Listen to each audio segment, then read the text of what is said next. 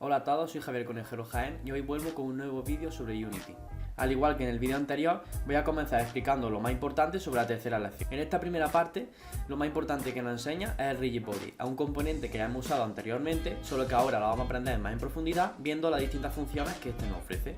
Nos dirigimos a nuestro script, en este caso al Player Controller. Aquí podemos ver que ya está todo el código hecho. A la hora de declarar una variable Rigid Body se hace como hemos hecho con cualquier otra función, como puede ser GameObject. La única diferencia es que tenemos que añadir este componente a nuestro jugador. En la parte del Start podemos ver cómo utilizamos una nueva función que es getComponent. Esta se utiliza para que nuestra variable playerRB pueda utilizar todas las funciones que nos ofrece Rigid Body. En esta lección no vamos a tratar tanto con el transform, sino que, como he dicho, vamos a utilizar las funciones de Rigid Body que nos ofrecen una física más realista. Para terminar con esta primera parte, vamos a programar también un Spawn Manager, al igual que en la anterior lección. Para la segunda parte vamos a continuar con el código y además vamos a aprender dos conceptos importantes, que son los tags y la comunicación entre scripts. Tenemos un script que se llama Repeat Background. En este código que vemos vamos a conseguir que nuestro escenario se repita una y otra vez en un loop para que no termine y se corte a mitad. En cuanto a los tags, estos son como unas etiquetas que vamos a poder añadir al objeto que creamos en nuestro proyecto.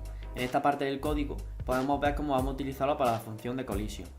¿En qué consiste? En que cuando nuestro jugador colisione con un objeto que tenga un tag asignado, pues podemos hacer que realice una serie de acciones u otras.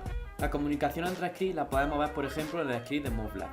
Esta consiste en que desde un script vamos a poder crear objetos de otros scripts que nosotros tengamos. En la parte del Start podemos ver cómo se inicializa. El objetivo de esto es que podamos utilizar variables que pertenecen a otro script y que, por ejemplo, en este script de MoveLeft vamos a necesitarlas para poder programar distintas partes del código. Continuando con la parte 3, ahora vamos a poder ver cómo configurar distintos aspectos de las animaciones.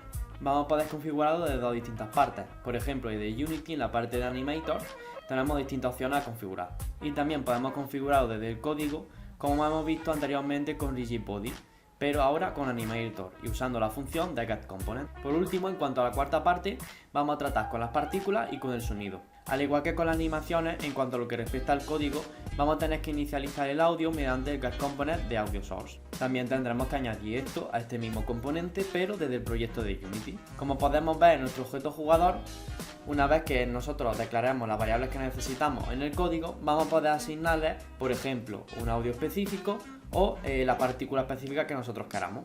Una vez visto todo esto, voy a pasar a mostraros un ejemplo de cómo funciona todo.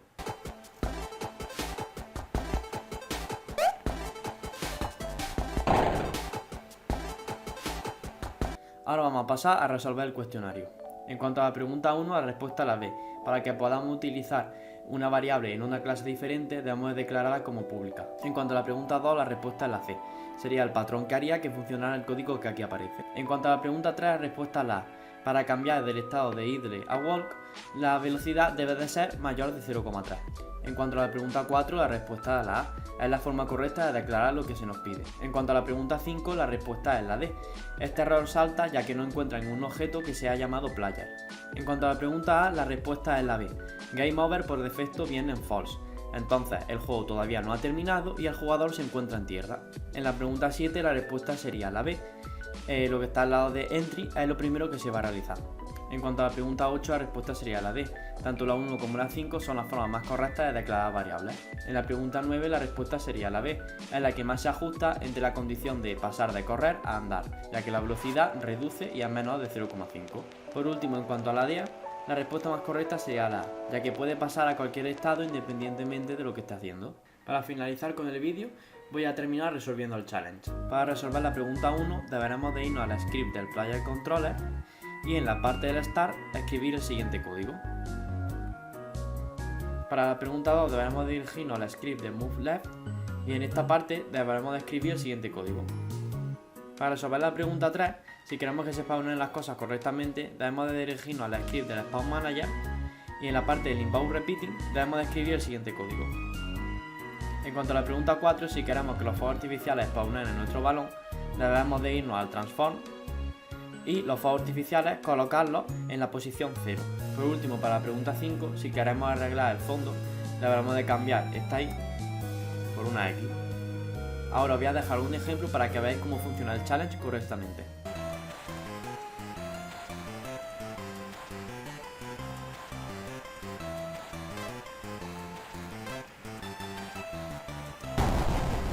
esto sería todo en cuanto a la tercera lección. Lo único que no he realizado ha sido el bonus challenge. Nos vemos en el siguiente vídeo.